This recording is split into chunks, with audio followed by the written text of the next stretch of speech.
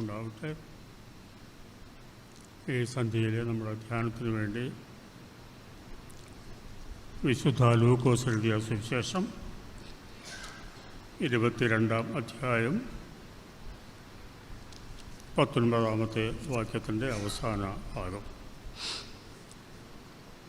ലൂക്കോസിൻ്റെ സുവിശേഷം 22-ാം അധ്യായം 19-ാം വാക്യത്തിൻ്റെ അവസാനത്തെ ഭാഗം.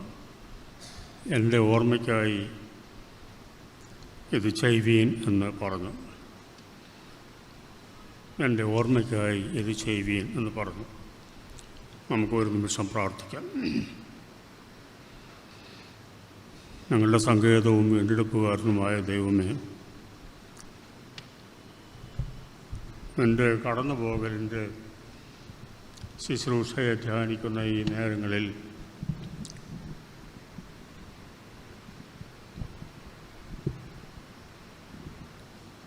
ഞങ്ങളുടെ കണ്ണുകളെ നിൻ്റെ പാദങ്ങളിൽ സമർപ്പിക്കുവാൻ നീ ഞങ്ങൾക്ക് കൃപ ചെയ്യണമേ നിങ്ങൾ പ്രാർത്ഥിക്കുന്നു. കർത്താവേ, നിൻ്റെ വചനം ഞങ്ങളുടെ ജീവിതത്തിന് പ്രകാശമായിരിക്കണമേ. നിൻ്റെ ജീവിതം ഞങ്ങൾക്ക് പ്രചോദനമായിരിക്കണമേ.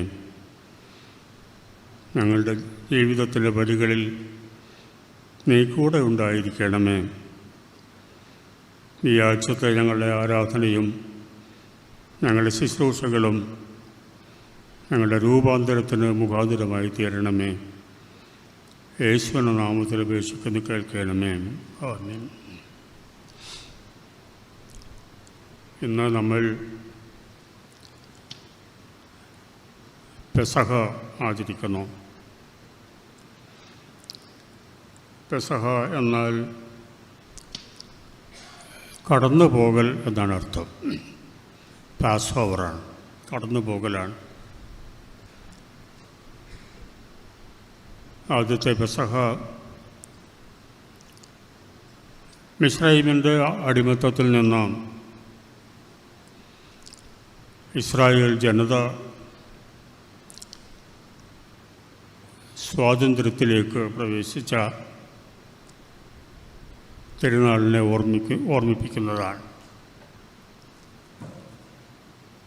എല്ലാ പെരുന്നാളുകളും ഓർമ്മയിൽ അധിഷ്ഠിതമാണ്.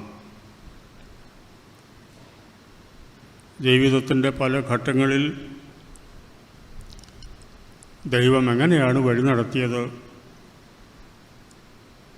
ഏതെല്ലാം ആപത്തുകളിലാണ് അവൻ കൂടെ ഇരുന്നത്, എങ്ങനെയാണ് വിമോചനത്തിൻ്റെ വഴി കാണിച്ചു തന്നത് എന്ന് ഓർക്കുന്നതിന് വേണ്ടിയാണ് പെരുന്നാളുകൾ ഏർപ്പെടുത്തിയിരിക്കുന്നത്. പെരുന്നാളുകൾ മാത്രമല്ല, നമ്മുടെ പ്രാർത്ഥനകളിൽ നമ്മൾ ഓർക്കുന്നത് അതുതന്നെയാണ്. പിതാക്കന്മാരുടെ ദൈവമേ എന്ന് വിളിച്ചപേക്ഷിക്കുമ്പോൾ നമ്മൾ ഓർക്കുന്നത് പിതൃപരമ്പരകളായി ദൈവം ഏത് രീതിയിലുള്ള കൃപയാണ്, ഏതു തരത്തിലുള്ള അനുഗ്രഹങ്ങളാണ് അവൻ നമ്മുടെ മേൽ വർഷിച്ചത് എന്നാണ്. ഒരു ജീവിതത്തിലുള്ള ഒരു സമൂഹത്തിൻ്റെ ചരിത്രത്തിലുടനീളം കൃപയുടെ വാതിലുകൾ തുറക്കുകയും അനുഗ്രഹങ്ങൾ വർഷിക്കുകയും ചെയ്തത് അനുഭവിച്ച ഒരു സമൂഹമാണ് ഇസ്രായേൽ സമൂഹം. അതുകൊണ്ട് പെസഹ പെരുന്നാൾ ആഘോഷിക്കുക എന്നത് ഇസ്രായേൽ ജനതയെ സംബന്ധിച്ചിടത്തോളം വളരെ പ്രധാനമാണ്. ഓരോ യഹൂദനും അത് ആചരിക്കണം. ഓരോ ജനതയും മിസ്രയീമിലെ അടിമത്തത്തിൻ്റെ നാളുകളെ ഓർക്കണം. ആ ഓർമ്മകളിൽ ജീവിക്കുമ്പോഴാണ് ഇസ്രായേൽ ധാർമ്മികമായ ജീവിതത്തിന് ഒരുക്കമുള്ളവരായിത്തീരുന്നത് എന്ന് ദൈവം കൽപ്പിക്കുകയുണ്ടായി. ആ പെരുന്നാൾ കടന്നുപോകലിൻ്റെ പെരുന്നാൾ. സംഹാരദൂതൻ മിസ്രയീമിലൂടെ കടന്നു പോകുമ്പോൾ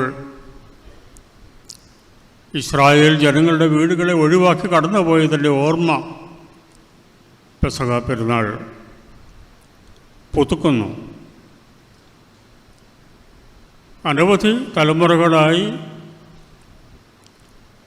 മിസ്രൈമിലെ ഊഴിയ വേല ചെയ്ത് തകർന്നു പോയ ഒരു ജനത അടിമത്തത്തെ ഉപേക്ഷിച്ച് പുതിയ ജീവിതത്തിലേക്ക് പ്രവേശിക്കുന്ന കടന്നുപോകലിൻ്റെ നിമിഷങ്ങൾ ഇസ്രായേൽ ആഘോഷിക്കുന്നു. ഇതൊക്കെ യഹൂദൻ എന്ന നിലയ്ക്ക് യേശു ആചരിക്കാൻ തീരുമാനിച്ചതാണ്. പക്ഷെ അവിടെ അത് അവസാനിക്കുന്നില്ല. പഴയ നിയമത്തിലെ പാഠങ്ങൾ ആവർത്തിക്കപ്പെടുകയില്ല, പൂർത്തീകരിക്കപ്പെടേണ്ടതുണ്ട്. യേശുവിൽ പുതിയ ഒരു കടന്നുപോകലിൻ്റെ നിമിഷം സംഭവിക്കുന്നു.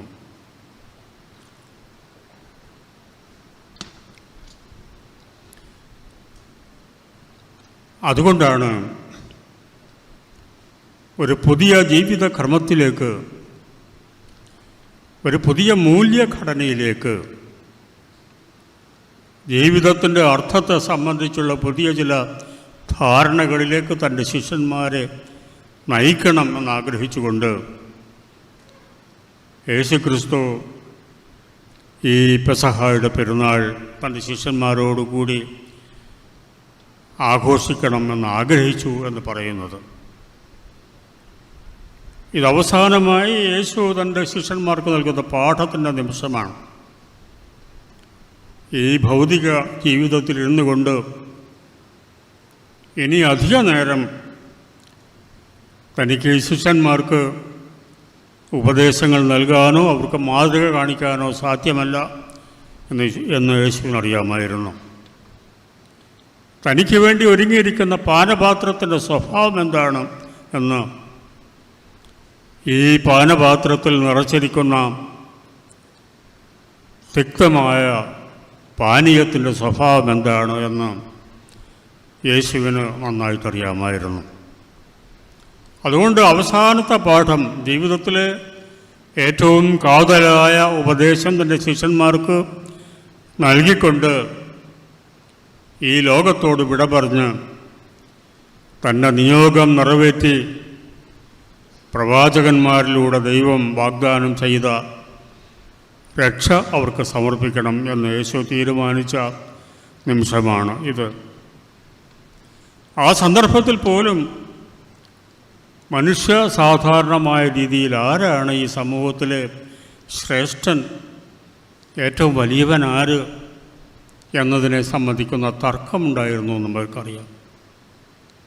അത് ശിഷ്യന്മാർക്കിടയിൽ മർമ്മനം പോലെ പ്രചരിച്ച ഒരാശയമാണ്. ആരായിരിക്കാം ഈ സമൂഹത്തിലെ ഏറ്റവും പ്രബലൻ, ഏറ്റവും വലിയവൻ? ആരെയായിരിക്കാം സ്വർഗത്തിന് താക്കോൽ ഏൽപ്പിക്കുന്നത്? ആർക്കായിരിക്കാം ദൈവികമായ അനുഗ്രഹത്തിൻ്റെ ഭൂരിഭാഗവും ലഭിക്കാൻ പോകുന്നത് എന്നൊക്കെ ഉള്ളതിനെ സംബന്ധിക്കുന്ന മുറുമുറുപ്പ് അവരുടെ ഇടയിലുണ്ടായി. മനുഷ്യ സാധാരണമാണ്. അവരൊക്കെ യേശുവിനെ പൂർണ്ണമായി മനസ്സിലാക്കിയവരല്ല. എത്രയോ കാലമായി കൂടെ നടക്കുന്നു, എത്രയോ അത്ഭുതങ്ങളും അടയാളങ്ങളും കാണുന്നു, എത്രയോ അർത്ഥവത്തായ വചനങ്ങൾ നേരിട്ട് ശ്രവിക്കാനുള്ള അവസരങ്ങൾ ലഭിച്ചു. എന്നിട്ടൊന്നും മാനുഷികമായ ദൗർബല്യങ്ങളെയോ അതിൻ്റെ മൂല്യക്രമങ്ങളെയോ കുടഞ്ഞു കളയുന്നതിന് ശിഷ്യന്മാർക്ക് പോലും കഴിഞ്ഞില്ല എന്ന് നമുക്കറിയാം. അതുകൊണ്ട് ഏറ്റവും വലിയ മനുഷ്യ ജീവിതത്തിലെ ഏറ്റവും വലിയ പാഠം ഇതാ ഇവിടെ നൽകപ്പെടുന്നു എന്നത് ശ്രദ്ധേയമായ കാര്യമാണ്. ഈ സമൂഹത്തിൽ വലിയവനാകാൻ ആഗ്രഹിക്കുന്നവൻ, ഈ സമൂഹത്തിൽ നേതൃപദവി ആഗ്രഹിക്കുന്ന ആളുകൾ ചെയ്യേണ്ടത് ഈ ജനത്തിന് പരസ്പരം ശുശ്രൂഷ നിർവഹിക്കുകയാണ് എന്നുള്ള വലിയ പാഠമാണ് യേശു തൻ്റെ ശിഷ്യന്മാർക്ക് നൽകുന്നത്. അതൊരു അസാധാരണമായ പാഠമാണ്. എല്ലാ പ്രബല സമൂഹങ്ങളും ആഗ്രഹിക്കുന്നത്, എല്ലാ വ്യക്തികളും ആഗ്രഹിക്കുന്നത് സമൂഹത്തിൽ തങ്ങൾക്ക് വലിയ സ്ഥാനമുണ്ടാവണമെന്നാണ്, തങ്ങളെ എല്ലാവരും ആദരിക്കണമെന്നാണ്. എല്ലാവരും തങ്ങൾക്ക് വന്ദനം പറഞ്ഞുകൊണ്ടിരിക്കണമെന്നാണ്. ആ സന്ദർഭത്തിലാണ് യേശു പറഞ്ഞത്, ഇതല്ല ജീവിതത്തിൻ്റെ മാർഗം, ഇത് ലൗകികരായ മനുഷ്യരുടെ രീതിയാണ്. ആധ്യാത്മികമായ നേതൃത്വം എന്ന് പറയുന്നത് ശുശ്രൂഷയുടെ നേതൃത്വമാണ്. അത് തങ്ങളെ തന്നെ കൊടുക്കുന്നതിൻ്റെ നേതൃത്വമാണ്. ഇത് കോവിഡിൻ്റെ കാലമാണല്ലോ. ഈ കോവിഡിൻ്റെ പശ്ചാത്തലത്തിൽ ഫ്രാൻസിസ് പോപ്പ് അതിമനോഹരമായ ഒരു ഗ്രന്ഥം രചിച്ചിട്ടുണ്ട്. നമുക്ക് സ്വപ്നം കാണാം, ലെറ്റ് us dream എന്നാണ് പുസ്തകത്തിൻ്റെ പേര്.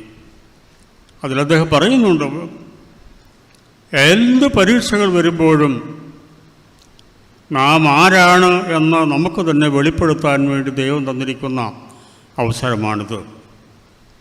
നാം ശുശ്രൂഷയുടെ മാർഗത്തിൽ പ്രവേശിക്കുമോ, അതോ മറ്റെല്ലാവരിൽ നിന്നും എല്ലാ ആപത്തുകളിൽ നിന്നും രക്ഷ പ്രാപിക്കാൻ വേണ്ടി കഥകടച്ച് പൂട്ടിയിരിക്കുമോ, അതോ വേവലാതി പിടിച്ചോടുന്ന ഈ സമൂഹത്തിലേക്ക് ഇറങ്ങിച്ചെന്ന് അവരെ ചേർത്ത് പിടിക്കാൻ നമ്മൾ സന്നദ്ധരാകുമോ എന്ന് ക്രൈസ്തവ സമൂഹത്തോട് ചോദിക്കുന്ന സന്ദർഭമാണ് പ്രതിസന്ധിയുടെ സന്ദർഭമെന്ന്. ശുശ്രൂഷയുടെ ആപത്തുകളിൽ ഒഴിഞ്ഞു മാറാനല്ല, ആപത്തിൽപ്പെട്ടവർക്ക് കൈത്താങ്ങൽ നൽകുന്നതിനാണ്, അവരെ ശുശ്രൂഷിക്കുന്നതിനാണ്, അവരുടെ കൂടെ നിൽക്കുന്നതിനാണ്, അവരെ ചേർത്ത് പിടിക്കുന്നതിനാണ് ആധ്യാത്മിക നേതൃത്വം എന്ന് പറയുന്നത്. അതിനുവേണ്ടിയാണ് ആധ്യാത്മികമായ നേതൃത്വം നൽകുന്നത് എന്ന് യേശു യാതൊരു സംശയത്തിനും പഴുതില്ലാത്ത ഈ സമൂഹത്തോട് ചെയ്യുകയാണ്. അതിനപ്പുറത്തേക്ക് കടന്നു നിന്നുകൊണ്ടാണ് ഈ അപ്പവും വീഞ്ഞും എടുത്ത് വാഴ്ത്തി ശിഷ്യന്മാർക്ക് കൊടുത്തിട്ട്, ഇതാ ഞാൻ എൻ്റെ ശരീരവും എൻ്റെ രക്തവും നിങ്ങൾക്ക് നൽകുന്നു, പുതിയ ജീവനുണ്ടാകുന്നതിന് വേണ്ടി, പുതിയ ഒരു ജീവിതക്രമത്തിലേക്ക് നിങ്ങൾക്ക് പ്രവേശിക്കുന്നതിന് വേണ്ടി, നിങ്ങളുടെ ജീവിത ശൈലി മാറുന്നതിന് വേണ്ടി ഇതാ ഞാൻ എന്നെ നൽകുന്നു. ഞാൻ എന്നെ നൽകുമ്പോഴാണ് ഞാനായിത്തീരുന്നത്. നിങ്ങൾ നിങ്ങളെ നൽകുമ്പോഴാണ് നിങ്ങൾ നിങ്ങളായിത്തീരുന്നത്. അതുകൊണ്ട് ഇടവിടാതെ ഈ സത്യം ഓർത്തിരിക്കുന്നതിന് വേണ്ടി ഈ ശുശ്രൂഷ ആവർത്തിച്ചു കൊണ്ടേയിരിക്കണം. ഇതെൻ്റെ ഓർമ്മയ്ക്ക് വേണ്ടി ഞാൻ എന്താണ് ചെയ്തത്, ഈ ജീവിതത്തെക്കുറിച്ച് ഞാൻ എന്താണ് പഠിപ്പിച്ചത്, പിതാവിൻ്റെ സന്നിധിയിലേക്കുള്ള വഴിയെ സംബന്ധിച്ച് ഞാൻ നൽകിയ സൂചനകൾ എന്താണ് എന്ന് നിങ്ങൾ ഓർത്തിരിക്കുന്നതിന് വേണ്ടി ഇത് നിരന്തരമായി അനുഷ്ഠിച്ചു കൊണ്ടേയിരിക്കണം, ആവർത്തിച്ചു കൊണ്ടേയിരിക്കണം എന്ന് പറയുകയുണ്ട്. നമുക്കറിയാം, നമ്മുടെ കൂദാശകൾ നമ്മളെല്ലാ ആഴ്ചയും ആവർത്തിക്കുന്ന ഒരേ ഒരു കൂദാശ കുർബാനയുടെ കൂദാശയാണ്. അപ്പവീഞ്ഞുകൾ മുറിച്ച് നൽകുന്ന ഈ ശുശ്രൂഷയാണ്. പക്ഷേ നമ്മൾ ചോദിക്കേണ്ട വല്ലാത്തൊരു ചോദ്യമുണ്ട്. ഈ അപ്പവീഞ്ഞുകൾ നമുക്ക് നൽകുമ്പോൾ അത് നമ്മുടെ വായിൽ അലിയുന്ന നിമിഷത്തിൽ അത് മാത്രമേ സംഭവിക്കുന്നുള്ളൂ. ഇത് യേശുവിൻ്റെ ശരീരവും യേശുവിൻ്റെ രക്തവും എന്ന നിലയ്ക്ക് ആന്തരികമായി നാം അനുഭവിക്കുക മാത്രമാണോ ചെയ്യുന്നത്, അതോ ആന്തരികമായി അനുഭവിക്കുന്നതിനിടയിൽ എപ്പോഴോ അച്ഛൻ നാം അറിയാതെ നമ്മുടെ ചുമരിലേക്ക് നമ്മൾ വഹിക്കേണ്ട കുരിശ് ചാരിത്തരിക കൂടി ചെയ്യുന്നുണ്ടോ എന്നുള്ള ചോദ്യമുണ്ട്. ഞാൻ വിചാരിക്കുന്നു അപ്പോഴാണ് ഈ ശുശ്രൂഷ പൂർണ്ണമാകുന്നത്. അച്ഛൻ അപ്പവീഞ്ഞുകൾ മാത്രമല്ല തരുന്നത്, അത് ഓർക്കാൻ മാത്രമല്ല, അത് ഓർമ്മ അർത്ഥവത്തായി തീരുന്നത്. ഈ കുരിശ് ഞാൻ വഹിക്കേണ്ട ഒരു കുരിശുണ്ട്. ഈ ലോകത്തെ സംബന്ധിച്ച്, എൻ്റെ ചുറ്റുപാടുകളെ സംബന്ധിച്ച്, എൻ്റെ അയൽവക്കത്തെ സംബന്ധിച്ച് എന്നെ ഏൽപ്പിച്ചിരിക്കുന്ന ചുമതലകളുണ്ട്, ഞാൻ നിർവഹിക്കേണ്ട ചുമതലകളുണ്ട്. അതാണ് എൻ്റെ കുരിശെന്ന് പറയുന്നു. അന്യർക്ക് വേണ്ടി ഞാൻ അനുഭവിക്കേണ്ട ക്ലേശങ്ങൾ, പീഡകൾ, ദുഃഖങ്ങൾ, ശാരീരികമായ വൈഷമ്യങ്ങൾ, ഇതൊക്കെ ഞാൻ അനുഭവിക്കേണ്ടതുണ്ട്. ഇത് അനുഭവിക്കുന്നതിന്, ഇത് ഏറ്റെടുക്കുന്നതിന് ഞാൻ എത്രമാത്രം സന്നദ്ധനാകുന്നു എന്നതാണ് ഇത് യേശുവിനെക്കുറിച്ചുള്ള ഓർമ്മയായി തീരുന്നത്. ഓർമ്മ എന്ന് പറയുന്നത് ചരിത്ര പുസ്തകത്തിലെ കാര്യങ്ങൾ ഓർക്കുന്നത് പോലെയല്ല. അശോക ചക്രവർത്തി നല്ല രാജാവായിരുന്നു എന്ന് പറയുന്നത് പോലെയല്ല ഇത് എൻ്റെ ഓർമ്മയ്ക്കായി ചെയ്യുവീൻ എന്ന് പറഞ്ഞത്. ഇത് ഓർക്കുമ്പോൾ ഏത് ജീവിതമാണ് ഞാൻ ഈ ലോകത്തിൽ ജീവിച്ചത്, ഏത് സന്ദേശമാണ് ഞാൻ നിങ്ങൾക്ക് മുമ്പിൽ തന്നത് എന്ന് യേശു നമ്മളോട് പറഞ്ഞുകൊണ്ടേയിരിക്കുന്നു. അത് സ്നേഹത്തിൻ്റെ ശുശ്രൂഷയാണ്. നമുക്കറിയാം, ഈ ലോകത്തിൽ ഒരൊറ്റ പാപമേ ഉള്ളൂ എന്ന് പ്രസിദ്ധനായ സെയിൻ്റ് അഗസ്റ്റിൻ പറഞ്ഞിട്ട്, ഒറ്റ പാപം മാത്രമേ ഉള്ളൂ. അത് ആർത്തിയാണ്, തൃഷ്ണയാണ്. ഈ തൃഷ്ണയ്ക്ക് ഒരൊറ്റ പരിഹാരമേ ഉള്ളൂ, അത് സ്നേഹവുമാണ്. കാരണം ആർത്തി പിടിച്ച മനുഷ്യൻ ഇതിനെല്ലാം സ്വന്തമാക്കാൻ ശ്രമിക്കുന്നു, ഇതിങ്ങനെ പിടിച്ചടക്കാൻ ശ്രമിക്കുന്നു. എനിക്കിഷ്ടമുള്ളതൊക്കെ എൻ്റെ കയ്യിലുണ്ടായിരിക്കണമെന്ന് ഞാൻ ആഗ്രഹിക്കുന്നു. അതിനുവേണ്ടി ഞാൻ വേവലാതോടുകൂടി പ്രവർത്തിച്ചുകൊണ്ടിരിക്കുന്നു. എൻ്റെ പ്രവൃത്തികൾ എന്ന് പറയുന്നത് ഈ തൃഷ്ണ പൂർത്തിക്ക് വേണ്ടിയുള്ള പ്രവൃത്തികളാണ്. അതിന് പകരമായി ഒരൊറ്റ മാർഗമേ ഉള്ളൂ. കൊടുക്കലിൻ്റെ, നഷ്ടപ്പെടലിൻ്റെ, വേദനിക്കുന്നതിൻ്റെ, നഷ്ടം സഹിക്കുന്നതിൻ്റെ ശുശ്രൂഷയാണ് അർത്ഥമുള്ള ശുശ്രൂഷയായി തീരുന്നത് എന്നാണ് യേശു നമ്മളോട് പറയാൻ ശ്രമിക്കുന്നത്.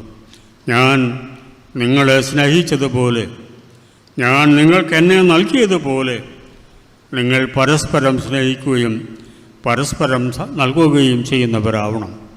നിങ്ങളെ ഈ ലോകത്തിന് ആവശ്യമുണ്ട്, നിങ്ങളെ ഈ ലോകത്തിന് ഞാൻ നൽകിയിരിക്കുന്നു, ഈ ലോകത്തിലേക്ക് നിങ്ങളെ അയക്കുന്നു എന്ന് പറയുമ്പോൾ ഈ ലോകത്തെ സ്വന്തമാക്കാൻ വേണ്ടി നിങ്ങളെ അയക്കുന്നു എന്നല്ല. ഈ ശുശ്രൂഷ നിർവഹിക്കാൻ, ഈ കൊടുക്കലിൻ്റെ ശുശ്രൂഷ, ഈ സൗഖ്യം നൽകലിൻ്റെ ശുശ്രൂഷ, ഈ ബന്ധന വിമുക്തിയുടെ ശുശ്രൂഷ, ഈ പാപമോചനത്തിൻ്റെ ശുശ്രൂഷ ലോകത്തിൽ നിർവഹിക്കുന്നതിന് ഞാൻ നിങ്ങളെ അയച്ചിരിക്കുന്നു എന്നാണ് അർത്ഥം.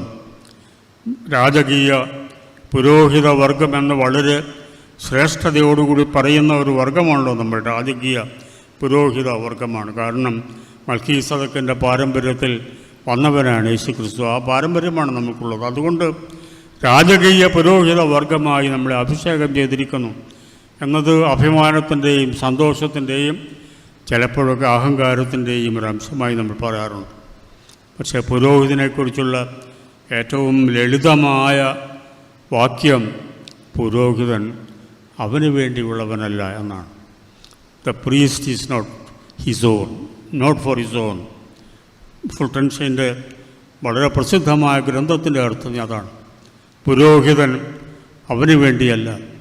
ക്രിസ്ത്യാനി രാജകീയ പുരോഹിത വർഗത്തിൻ്റെ പാരമ്പര്യം അവകാശപ്പെടുന്നു എന്ന് പറയുന്നതിൻ്റെ അർത്ഥം ഈ ക്രിസ്ത്യാനി അവന് വേണ്ടി ജനിച്ചവനോ അവന് വേണ്ടി നിയോഗിക്കപ്പെട്ടവനോ അല്ല, ഈ ലോകത്തിൻ്റെ ശുശ്രൂഷയ്ക്ക് വേണ്ടി അയക്കപ്പെട്ടവനാണ്. ഈ ലോകത്തിൻ്റെ വീണ്ടെടുപ്പിന് വേണ്ടി അയക്കപ്പെട്ടവനാണ്. ഈ ലോകത്തെ പുതിയ ഒരു മൂല്യക്രമത്തിലേക്ക് പരിവർത്തനം ചെയ്യാൻ, സ്നാപനം ചെയ്യാൻ വേണ്ടി അയക്കപ്പെട്ടവനാണ് എന്നാണ് അർത്ഥം. ഈ ശുശ്രൂഷയുടെ ഓർമ്മയാണ് നാം ഈ സന്ദർഭത്തിൽ നിർവഹിക്കുന്നത്. അത് നമ്മൾ പുതുക്കിക്കൊണ്ടേയിരിക്കുകയാണ്. ഇതാ ക്രിസ്തു ഈ ലോകത്തിലേക്ക് എല്ലാ മഹിമകളും വെടിഞ്ഞ് ഈ ലോകത്തിലേക്ക് വന്നു. ഈ ലോകത്തിൽ ഒരു മനുഷ്യന് സ്വീകരിക്കാൻ കഴിയുന്ന ഏറ്റവും വലിയ എളിമകൾ സ്വീകരിച്ചു, ഏറ്റവും വലിയ നിന്ദകൾ സഹിച്ചു. ആ നിന്ദകളിലൂടെ, ആ പീഡനങ്ങളിലൂടെ, ആ എളിമകളിലൂടെ ഈ ലോകത്തിന് നവ്യമായ ഒരു ദർശനം നൽകുകയും ചെയ്തു. ആ ദർശനത്തിലേക്ക് ഈ ലോകത്തെ പരിവർത്തിപ്പിക്കുക എന്നതാണ് ഈ സന്ദർഭത്തിൽ ചെയ്യേണ്ടതുണ്ട് എന്നാണ് യേശു പറഞ്ഞത്. അതാണ് ഓർമ്മയ്ക്ക് വേണ്ടി ചെയ്യുമെന്ന് പറയുന്നതിനർത്ഥം. ഈ ലോകത്തെ ഈ കഴിഞ്ഞ നൂറ്റാണ്ട് പലവിധ പ്രതിസന്ധികളിലൂടെ കടന്നു പോകുന്ന സന്ദർഭത്തിൽ എന്താണ് ഈ നൂറ്റാണ്ടിൽ മനുഷ്യവർഗത്തിന് സംഭവിച്ചിരിക്കുന്ന ആപത്ത് എന്ന് വിശകലനം ചെയ്യുന്ന അനേകം ഗ്രന്ഥങ്ങൾ ഉണ്ടായിട്ടുണ്ട്. അനേകം ഗ്രന്ഥങ്ങൾ. റൂത്ത് നന്ദ ആൻസൺ എന്ന് പറയുന്ന അമേരിക്കക്കാരിയായ ഒരാൾ പല പ്രസിദ്ധരായ ഗ്രന്ഥകാരന്മാരെ കൊണ്ടും എഴുതിച്ച ഗ്രന്ഥമാണ്. അതിലൊന്ന് നമ്മുടെ ഡോക്ടർ രാധാകൃഷ്ണൻ എഴുതിയ റിക്കവറി ഓഫ് ഫെയ്ത്താണ്. മറ്റൊന്ന് എറിക് ഫ്രോം എഴുതിയ to have or to be എന്നുള്ള പുസ്തകമാണ്. എറിക് ഫ്രോം പറയുന്നത് ഒരുപക്ഷേ ക്രൈസ്തവ ദർശനത്തിൽ ഏറ്റവും മഹനീയമായൊരു കാഴ്ച അതിനകത്തുണ്ട്. എറിക് ഫ്രോം പറയുന്നത് മനുഷ്യന് 2 തരത്തിൽ ജീവിക്കാൻ കഴിയും. ഒന്നുകിൽ അവൻ്റെ എല്ലാ തൃഷ്ണകളുടെയും പൂർത്തീകരണത്തിന് വേണ്ടി ജീവിക്കാം. ഇങ്ങനെ വാരി കോരി എടുക്കുന്നതിന് വേണ്ടി കാണുന്ന കാമ്യമായ എല്ലാം തൻ്റെ അധീനതയിലായിരിക്കണം എന്നുള്ള വിചാരത്തോടു കൂടി ജീവിക്കാം. മറ്റൊരു ജീവിതം സാധ്യമാണ്. ആ ജീവിതത്തിൽ അവനവനായിത്തീരാൻ തൻ്റെ സ്വത്വമെന്ത്, നിന്നെ ആരായി സൃഷ്ടിച്ചിരിക്കുന്നു, നിന്നിൽ ദൈവം എന്ത് നിക്ഷേപിച്ചിരിക്കുന്നു, ആ സാധ്യതയെ സിദ്ധമാക്കി തീർക്കുന്നതിന് വേണ്ടി, നിൻ്റെ സ്വത്വത്തെ സാക്ഷാത്കരിക്കുന്നതിന് വേണ്ടി നിനക്ക് ജീവിക്കാം. നമ്മുടെ നൂറ്റാണ്ട് നാം ജീവിക്കുന്ന കാലഘട്ടത്തിൻ്റെ പ്രശ്നം അതാണ്. നമുക്ക് സ്വത്വം വേണ്ട, നമുക്ക് നമ്മളാവേണ്ടതില്ല, നമുക്ക് സ്വതന്ത്രരാവേണ്ടതില്ല. ഈ ലോകത്തിലെ എല്ലാ വസ്തുക്കളുടെയും എല്ലാ സൗന്ദര്യങ്ങളുടെയും എല്ലാ സമ്പത്തുകളുടെയും അടിമയായി തീരുക എന്നതാണ് ജീവിതത്തിൻ്റെ ആഹ്ലാദം, ജീവിതത്തിൻ്റെ കൃതാർത്ഥത എന്ന് വിചാരിക്കുന്നതാണ് നമ്മൾ. അതുകൊണ്ട് ഒരു പുതിയ ജീവിതക്രമത്തിലേക്ക്, ഈ ആർജനത്തിൻ്റെ വഴിയിൽ നിന്ന് നഷ്ടപ്പെടലിൻ്റെ വഴിയിലേക്ക് പോകാൻ സന്നദ്ധമാകുന്ന ഒരു ഘട്ടത്തിൽ മാത്രമേ ഈ ലോകത്തിന് രക്ഷയുള്ളൂ എന്നാണ് എറിക് ഫ്രോം സമർത്ഥിക്കാൻ ശ്രമിക്കുന്നത്. യേശു ക്രിസ്തു നമ്മളോട് പറയാൻ ശ്രമിച്ച കാര്യം അതാണ്.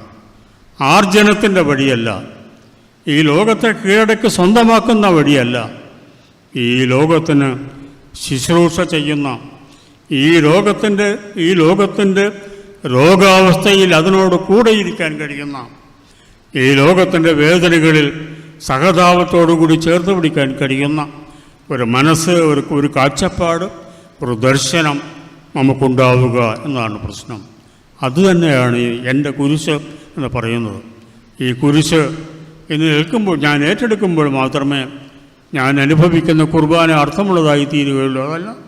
അതല്ലാതെ വായ തുറക്കുന്നവർക്കൊക്കെ ഒഴിച്ചു കൊടുക്കുന്നൊരു സാധനം ആണോ നമ്മൾ വിചാരിക്കേണ്ടതില്ല. ഇതൊരു വലിയ ബാധ്യതയാണ്. യേശു പറഞ്ഞു, ഞാൻ നിങ്ങളെ അയക്കാൻ പോവുകയാണ്. ഇവിടെ നിന്ന് ഈ അധ്യായം അവസാനിക്കുകയല്ലേ. ഈ പാഠവുമായി നിങ്ങൾ ഈ ലോകത്തിലേക്ക് പോകാനാണ് പോകുന്നത്. അതുകൊണ്ട് ഇവിടെ മുട്ടുകുത്തി ഈ അപവീഞ്ഞുകൾ ഇതെൻ്റെ ശരീരം, എൻ്റെ രക്തം എന്ന ബോധത്തോടുകൂടി സ്വീകരിക്കുമ്പോൾ, ഇതാ നിങ്ങളുടെ മേൽ ഈ ലോകത്തെ ശുശ്രൂഷിക്കാനുള്ള, ദുഃഖിതരെ ശുശ്രൂഷിക്കാനുള്ള, അവരെ വീണ്ടെടുക്കാനുള്ള വലിയ കുരിശുകൂടി നിങ്ങളെ ഏൽപ്പിച്ചിരിക്കുന്നു. ഈ കുരിശ് ഏറ്റെടുക്കാത്ത ഒരാളും കുർബാന അർത്ഥത്തോടുകൂടി ആസ്വദിക്കുന്നില്ല, സ്വീകരിക്കുന്നില്ല, ഉൾക്കൊള്ളുന്നില്ല, ക്രിസ്തുവിനെ സ്വീകരിക്കുന്നില്ല എന്നൊരർത്ഥം. അതുകൊണ്ട് ഈ കടന്നുപോകലിൻ്റെ നിമിഷം ആഘോഷിക്കുന്ന സന്ദർഭത്തിൽ, നമുക്ക് പെസഹായുടെ തിരുനാൾ ആഘോഷിക്കുന്ന സന്ദർഭത്തിൽ, ഇതാ എൻ്റെ തോളിൽ വച്ചിരിക്കുന്ന കുരിശ്, ദൈവമേ, സന്തോഷത്തോടുകൂടി ഞാൻ ഏറ്റെടുക്കുന്നു. ഇതിൻ്റെ ഭാരം വഹിക്കുന്നതിന്, ഇതിൻ്റെ ക്ലേശങ്ങൾ അനുഭവിക്കുന്നതിന് എന്നെ ശക്തീകരിക്കണമേ എന്നാണ്. ഇതിൻ്റെ ക്ലേശങ്ങളുണ്ട് ഉണ്ടാവരുതെന്നല്ല, ദുഃഖങ്ങൾ ഉണ്ടാവരുതെന്നല്ല, മുറിപ്പെടരുതെന്നല്ല. ഇത് സന്തോഷത്തോടുകൂടി സ്തോത്രത്തോടുകൂടി സ്വീകരിക്കാനും കൊണ്ടു നടക്കാനും ശുശ്രൂഷിക്കാനും ആവശ്യമായ ബലം എൻ്റെ പരിശുദ്ധാത്മാവ് എന്നിലേക്ക് പകരുവാൻ സഹായിക്കണമേ എന്നാണ് നാം പ്രാർത്ഥിക്കേണ്ടത്. ഈ പ്രാർത്ഥന നമ്മുടെ മനസ്സിൻ്റെ നിത്യമായ പ്രാർത്ഥനയായിരിക്കട്ടെ എന്ന് ആശംസിച്ചുകൊണ്ട് ഞാൻ എൻ്റെ വാക്കുകൾ നിർത്തുന്നു. നിങ്ങൾക്കെല്ലാവർക്കും നമസ്കാരം.